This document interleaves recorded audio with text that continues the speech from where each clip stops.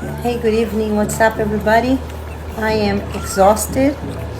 I even have to put a little filter tonight because I look like shit. We had a long day, went to the vet, got a C-section. Lily is doing well.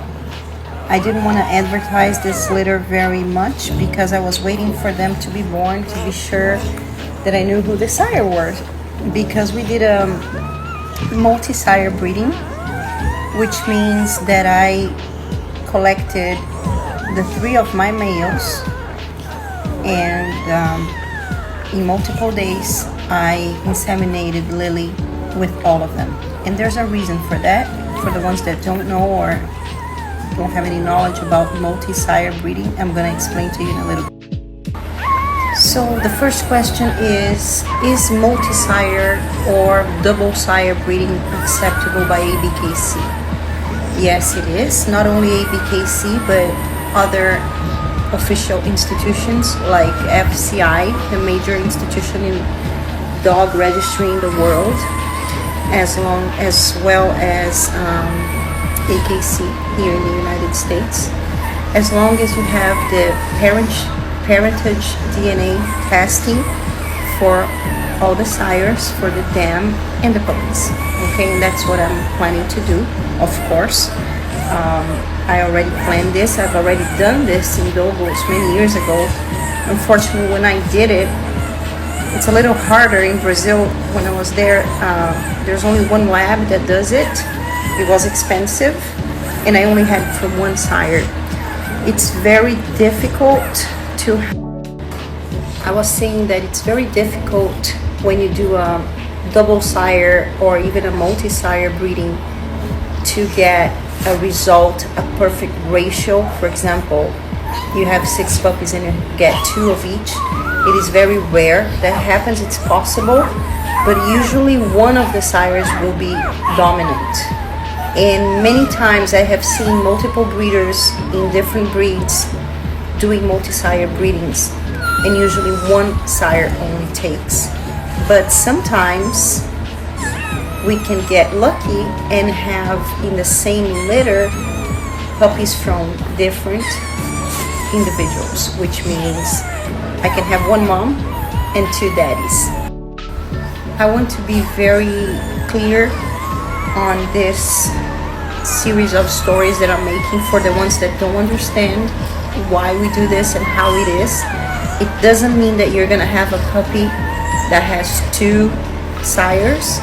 Each one is gonna have it's gonna come from only one of the fathers, okay? So why do we do this? And why should we do this? I've always been very forward and pro having multi-sire breedings in certain cases, not just any case. It's not something that I would be doing all the time.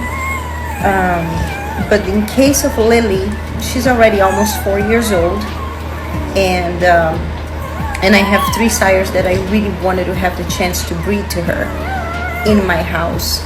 I chose to do it in my house because it's less hassle, it's less bureaucracy. Plus, I had the opportunity to do it my way. I collected strategically Klaus and Chuck Norris and Berlin, my 3 sires, to have the opportunity to maybe have at least 1 puppy or 2 that wouldn't be from the dominant one. As I used Klaus semen more than the other ones because Klaus and Lily has already proven that it was a great pairing, and I wanted a chance to repeat it. I do have a lot of people that want these puppies, so I said, okay, I'm gonna give it another try with Klaus, but I'm also gonna give the opportunity to have a second outcross from Brazil, which is Berlin. Even though he's an outcross, himself as an individual is a line-bred dog, so the results would be different. So as I was explaining with Berlin, even though he's an outcross from Lily, himself as an individual is a line-bred dog. So that would definitely give me a different result in the puppies. And with Chuck Norris, I would be line breeding him to to Lily. It's not too close, but it's a nice line of work. They have both dogs come from bossy blood and top dog blood, and they have the same background. So, and also his features, his phenotypical features are very interesting for Lily, and so I used the 3 of them, and that's why. And another reason, the most important one, is that in the Lily, like I said, she's almost 4. I'm gonna go to the next. So like I was saying, most importantly, Lily being almost 4, she already had 3 litters. Well, 4 because one was a singleton. We don't wanna overdo the female, so that's the main reason why I chose to have the opportunity to have maybe more than one breeding in the same gestation period with Lily, so it would save her health. Instead of breeding her twice or 3 times, I could maybe have the chance of having more a different result in this litter than just with one sire. And in the future I can also line breed them without having to breed her again, so basically saving the female's health, and that's why I did it. And I have the results here, and I want to share with you partially. The good thing about doing multi-sire with certain colors of breeds is that if you understand color genetic, you don't have to necessarily test all the puppies.